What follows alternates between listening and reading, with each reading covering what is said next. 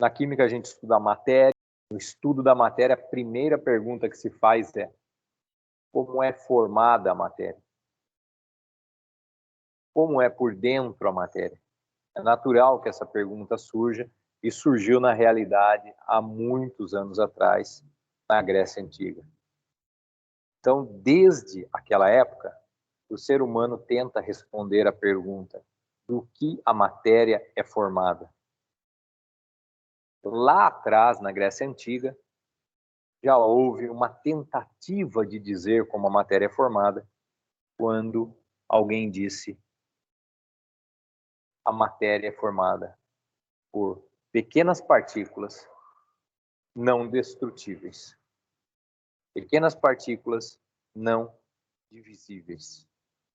Ou seja, a matéria seria dividida até um limite, esse limite seria a sua menor parte. Essa foi a ideia que cabia, sem equipamentos, aos filósofos da Grécia Antiga, os mais famosos, que ficaram conhecidos por esse modelo da matéria, foram Leucipo e Demócrito. Mas a ideia parou por aí, era apenas uma ideia. O primeiro modelo, eu diria, científico, surgiu com Dalton. Dalton disse que aquilo que forma a matéria, o átomo, ele seria uma esfera indestrutível. Conhecido também como o modelo da bolinha de bilhar. Veja, estou falando aqui modelo.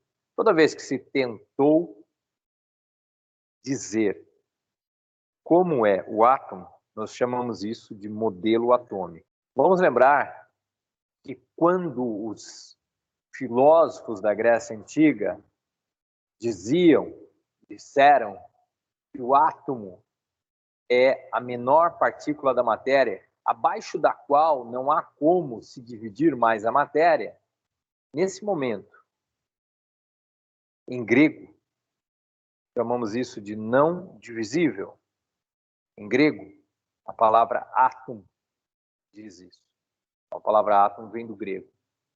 Porém, vou explicando agora para vocês alguns modelos por cima. Você vai tendo a ideia que não é verdade, não bate. Não é real a ideia que o átomo não seja divisível. Vamos entender por quê.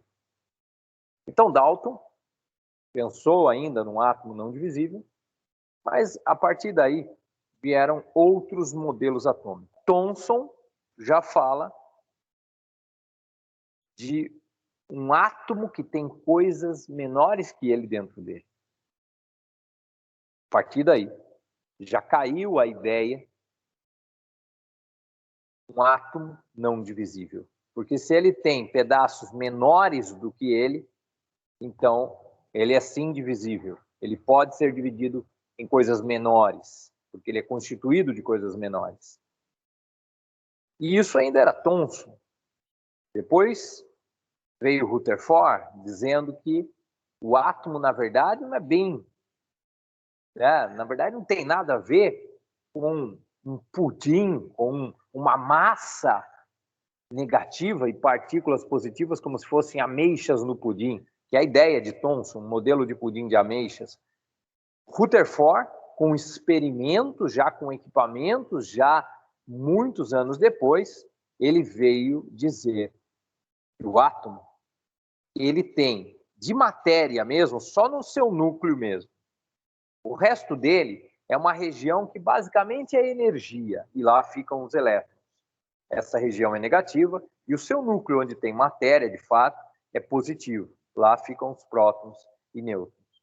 Depois, para explicar como estão os elétrons na eletrosfera, vieram Bohr e também Summerfield. Depois nós temos ainda uma continuidade dessa história até hoje, explicações até hoje. Esses são os modelos atômicos, as tentativas de se explicar como é o átomo. E depois de todos esses modelos, nós podemos sim dizer que o átomo é a partícula formadora da matéria. Essa ideia não caiu. Podemos ainda dizer isso. Mas não podemos dizer que ele seja não divisível. Essa ideia caiu. Como dizemos que o tijolo é a unidade formadora da parede, embora ele possa ser quebrado no meio. Como dizemos que a célula é a unidade formadora do ser vivo, porém a célula pode ser dividida. O átomo é a unidade formadora da matéria. O átomo é a menor porção de matéria capaz de ainda ter as características da matéria. Por isso que o átomo é considerado a unidade formadora da matéria, porque nós chamamos de unidade formadora de uma coisa, a menor porção dessa coisa é capaz de manter as características dessa coisa. O que você tem que gravar para hoje, para você entender da química hoje? De tudo isso que foi pensado, que são os modelos atômicos, que é a história da química, o que importa? Que o átomo tem um núcleo onde se concentra a sua matéria e ao redor do núcleo uma região chamada de eletrosfera. Isso é verdadeiro.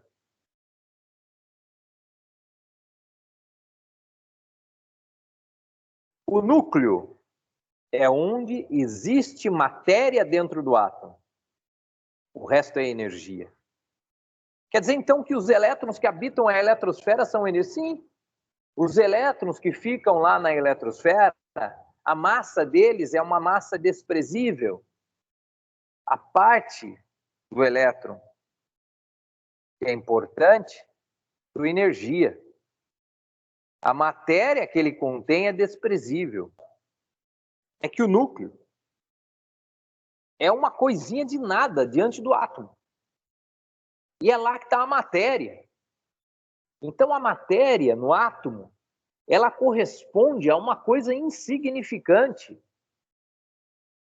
E se a matéria, veja que aqui eu estou me referindo, né, quando digo o que há de matéria mesmo no átomo é insignificante, eu quero dizer para você, aquilo que de fato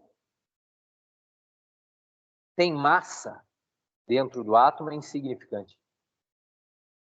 Então, a matéria macroscópica, feita desses mesmos átomos, o que ela tem de fato daquilo que chamamos de matéria é insignificante perto do que ela tem de vazio, mas não perto do que nossos sentidos são capazes de captar.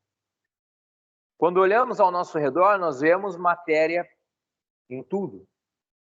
Nós não vemos o vazio, nós vemos matéria. Nós temos a impressão que é tudo preenchido, quando na verdade, não. Na verdade, tudo aquilo que ocupa lugar no espaço e tem massa, toda a matéria que está ao nosso redor, ela tem muito mais espaço vazio do que matéria propriamente dita. Talvez seja o caso de lançarmos a questão: deveríamos mesmo chamar de matéria ou de vazio aquilo que ocupa lugar no espaço? Uma vez que chegamos a essa conclusão que há muito mais vazio do que material naquilo que chamamos de matéria. E essa questão, então, que é bem filosófica e que nos leva agora imediatamente, mesmo sem a nossa vontade, a gente chega a questionar agora tudo aquilo que nós acreditamos, né? Que até hoje você pensou que era tudo maciço, que era tudo matéria, que não há espaço vazio, afinal eu olho para a parede e não vejo um espaço vazio, e você descobriu que seus olhos te enganaram, que os seus sentidos são fracos demais. Como naquele filme Lucy, onde a moça usa uma droga diferente lá e atinge o uso de 100% do cérebro dela, da ficção científica. Como nesse filme, de fato, nós, por usarmos ali uma porcentagem pequena do nosso cérebro, nós temos sentidos, né? Os nossos sentidos são limitados. Lá no filme Lucy é mostrado que usando 100% do seu cérebro, ela é capaz de captar coisas que o humano normal não consegue. Então, talvez se usássemos 100% do nosso cérebro, a gente conseguisse visualizar a verdade. Mas os nossos sentidos, eles são limitados, talvez pelo uso do nosso cérebro. Isso, então, nessa abertura do estudo da química, o primeiro impacto é: poxa, como é importante eu estudar para eu deixar de ser ignorante. E se eu sou ignorante nisso, sinal que eu sou ignorante também por um monte de coisas que eu ainda não percebi. O nosso grau de conhecimento está escancarado. Então, nesse início de curso, primeira coisa. Para que estudar química? Para entender a matéria. Cada disciplina do ensino médio tem a sua razão de ser, que você vai descobrir, cada professor já vai te contar. Eu estou te contando aqui da química. Você não vai estudar química para prestar vestibular. Não é esse o primeiro motivo. O primeiro motivo é que se você não correr atrás disso, você se torna uma pessoa ignorante nos assuntos relacionados ao universo. Se é pouco para você, você deveria estudar química para entender como está grave a sua situação, né? O átomo é um imenso vazio, tá? No núcleo, eu tenho duas partículas muito importantes. Prótons, que são positivos, e nêutrons, que têm carga zero. Na eletrosfera, nós temos uma partícula muito importante, os elétrons, que têm carga negativa. É muito interessante que o próton, ele é 1836 vezes mais pesado que o elétron. Mas em termos de carga, ele é mais um, o elétron é menos um. É exatamente a mesma intensidade, só que no sentido oposto. E isso faz com que a matéria seja neutra, porque o que você tem de prótons, você tem de elétrons. E os nêutrons, eles não têm carga. Para que eles existem? Um dos motivos fundamentais da existência do nêutron é que ele separa a briga lá no núcleo. Como? Veja só, se você tem num espaço, como já foi dito e repetido, o núcleo é um espaço tão pequeno, tão espremido.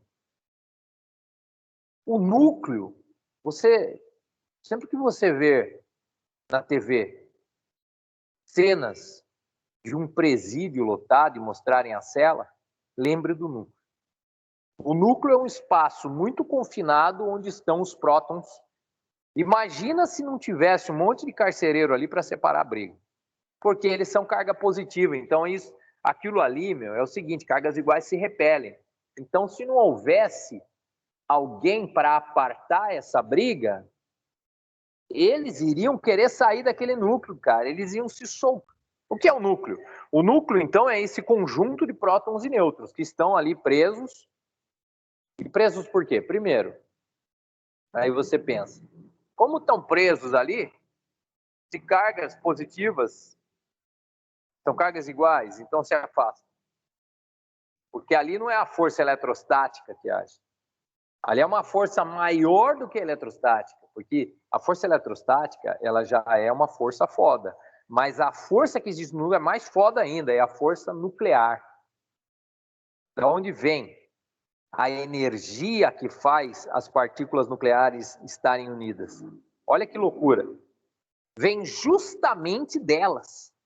Quando você une 2 prótons e 2 nêutrons para formar um núcleo, vamos supor que a massa de cada um deles, vamos chamar de 1. Então você une 2 prótons e 2 nêutrons. Quando você vai ver quanto deu a massa total, não deu 4. Olha que engraçado. Vai dar lá menos que 4. Aí você vai dizer, mas onde foi parar o resto da massa? Virou energia. E é essa energia, a origem da energia nuclear, que vai justamente prender as partículas. Agora, veja bem, uma energia que vem da transformação da matéria, muita energia. E igual a mc ao quadrado, como vocês já viram tantas e tantas vezes a fórmula famosa de Einstein. Você sabe, então, a matéria, ela corresponde a uma energia. Agora, essa transformação, ela é comum no núcleo do átomo. Existe uma energia muito forte que prende essas partes, que é a energia nuclear. Por isso que essa é a maior energia que se conhece do universo. Por isso que estão atrás dela sempre, para construir usinas nucleares e para se desenvolver novas formas de solução energética para o planeta. Veja só. Isso que é o núcleo. Os prótons ali, de fato, embora exista a força nuclear, a presença deles ali impede que os prótons sintam a repulsão que é natural por força eletrostática. Mas isso é só um dos motivos. Eu não estou fechando aqui a existência dos nêutrons. Enquanto que os elétrons estão lá na eletrosfera viajando em altíssima velocidade. Aí você deve estar pensando, então é como o sistema solar? Não é. Aliás, desculpe, voltando aqui. Quando Rutherford falou sobre os elétrons, ele simplesmente citou os elétrons ao redor do núcleo. Aí vem um cientista chamado Bohr e tentou explicar como é que estavam os elétrons e ele descobriu algo. Ele descobriu que os elétrons na eletrosfera têm níveis de energia para estarem. O único erro dele foi achar que os elétrons ficam como numa linha fixa, como se fossem os planetas que têm a órbita fixa. Isso não é verdade. Aí você vai me dizer, nossa, mas eu vi a vida inteira a representação do átomo assim. Até hoje, o fulano abre uma empresa, daí ele decide que ele vai dar um nome. Eu olhei para trás que aqui esse lugar é muito antigo. Muito antigo. Então, você imagina que tem de espírito aqui. Se aparecer um na câmera aí, vocês avisam. Bom, vai aparecer até a bruxa de Blair, vem aqui à noite que eu não venho aqui. Pessoal, quando você vê aquela representação do átomo com aqueles elétrons andando como numa órbita, como se fosse o sistema solar, pelo amor de Deus. Pelo amor de Deus. Isso aí é gente que lê gibi e acha que sabe de ciência. Tá cheio, hein? Tá cheio. Sorocaba, pelo amor de Deus. Desculpa falar, mas eu sou de Sorocaba também. Mas Sorocaba tem mais gente assim do que no resto do país. Cara, o núcleo é 10 mil vezes menor que o átomo. Então, o máximo que dá para o cara querer fazer na vida é pôr um pontinho ali e representar o átomo assim, mais ou menos, uma esfera. E aí ele está dando mais ou menos uma proporção. O núcleo é bem menor. Agora não, o cara é capaz ainda de desenhar um núcleo quase do tamanho do átomo e botar umas argolas ali e tal. Quer dizer, meu, isso não existe. Você não vai encontrar num livro decente. Pior que tem livro. Quem achar em livro, faz favor, vai trazer para a nossa discussão aqui e nós vamos denunciar no WhatsApp nosso aqui. Nós vamos denunciar no nosso chat aqui. Nós vamos colocar que esse link não deve ser acessado. Manda para a Deep Web. O cara que faz isso, ele vai para a Deep Web. Núcleo. É um ponto. Eletrosfera. É a área em torno do núcleo. Eu fiz questão de frisar bem isso daqui, porque é importante. Você nunca desenha o átomo como se fosse o sistema solar. Então, como é que é a eletrosfera? A eletrosfera tem nível de energia? Sim. O elétron pode estar no primeiro nível, segundo nível, terceiro nível, quarto nível. E agora eu vou perguntar para vocês aqui até que nível vai a eletrosfera, porque alguns aqui chegaram a estudar um pouco já disso. Sem condenar a professora, geralmente foi professora, né, no ciências, porque ela não tem obrigação de saber química. Ali ela só está dando uma introdução, é perfeitamente cabível isso. Podem começar a observar o que eu vou dizer para vocês. Tem uma coisa que é meio que vem no nosso inconsciente já quando a gente nasce, com alguns números. Eu diria para vocês, tem uns números cabalísticos, não tem outra explicação para, desde 1900 e bolinha, as pessoas ficarem falando, tem 7 níveis na eletrosfera. Olha só que loucura. Isso nunca esteve num livro de nível superior. O número de níveis possíveis na eletrosfera é infinito. Não há um número finito de níveis na eletrosfera. Você vai falar, eu provo, professor. Eu vou pegar o meu livro aqui do colegial. Meu, o livro do colegial não prova nada. Né? O livro do colegial é só um livro ali que resume algumas informações, tipo um roteiro para o ensino médio. A verdade sempre está no nível superior. Mas vamos lá, existem infinitos níveis. Como assim, professor? Então o átomo não acaba nunca? Teoricamente, não. Essa é a teoria. Agora, na prática, um átomo vai até onde? Até onde ele tem elétrons. Então, aí sim, há átomos que só têm elétrons até o primeiro nível, há átomos que têm mais elétrons, então vão indo para o segundo nível, e assim, agora por quê? Porque o negócio enche. O primeiro nível tem um limite. Daí o cara é obrigado a preencher o segundo nível e assim por diante. Então, se até ontem alguém ainda escrevia isso nos livros de ensino médio, pelo amor de Deus, o cara que está escrevendo isso aí não merece vender o livro dele. E os caras que põem isso nos canais, nos sites também, eu já sou a favor de ir deletando. O cara vai escrever isso aí, já deleta ele, geladeira. Tem muita gente, como é que a gente vai saber quem assistir, quem não assistir, tal? Eu já sou a favor de ir por aí. Porque isso indica desatualização e é o indício daquilo que é mais importante de tudo, que vocês, eu mando para a internet, vai assistindo todo mundo. Eu falei um negócio aqui diferente do outro, traz para o debate, né? Por favor, eu quero isso, quero que traga mesmo tudo que você achar por aí, traz aqui, fale para mim, eu vou explicar o que está acontecendo. Só que é o seguinte, existe gente que não é professor e está falando. Ele não tem uma formação. Né? Um vídeo dele, ele diz no final que ele é, e ele está falando. E está falando uma coisa que até, né, tem nem um palavrão, é natural. Está falando merda. E aí, ó, nós temos que identificar. E um dos maiores indícios de que a pessoa vai ensinar coisa errada é quando ela pega um tópico e erra. Um tópico, assim, importante e erra. Se ela errou naquilo ali, já sai fora. Você tem que ficar esperto. Fica esperto. Núcleo, prótons e nêutrons. Eletrosfera, elétrons. Núcleo é onde está o próton, que é positivo. Eletrosfera é onde está o elétron, que é negativo. Próton, positivo. Elétron, negativo. Sabe, o termo próton, ele vem de prote, né, primeiro, assim como protozoários são os primeiros seres que existiram na evolução, próton provavelmente foi. Por quê? Porque aí se formou E, positivo, e aí ele atraiu um elétron. Se o cara tem um próton, eu digo que o número atômico dele é 1.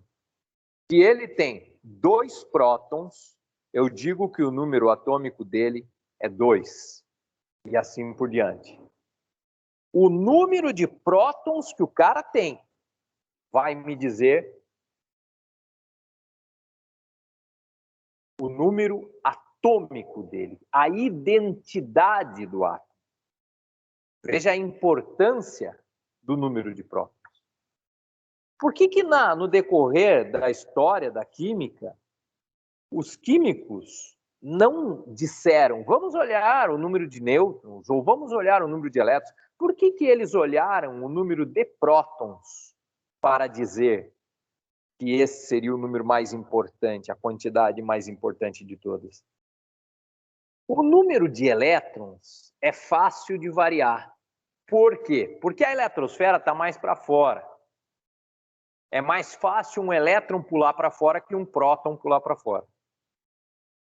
O elétron estaria como que no quintal da prisão, sem ninguém estar olhando ele, é só pular o muro. Agora, o próton está dentro da jaula. Esse é um motivo para não se escolher o elétron. O número de elétrons de um átomo pode variar facilmente. Por que não escolheram um nêutron? Porque o número de nêutrons de um átomo, ele é naturalmente variável. Átomos do mesmo tipo podem conter números de nêutrons diferentes. Isso vai interferir na massa do átomo, porque, como eu falei para você, elétron tira fora, a massa dele é desprezível, mas não os nêutrons. Os nêutrons, a massa deles não é desprezível, não, é igual ao do próton. Então, um nêutron a menos interfere na massa do átomo diretamente. Então, átomos do mesmo tipo têm massas diferentes, isso pode acontecer.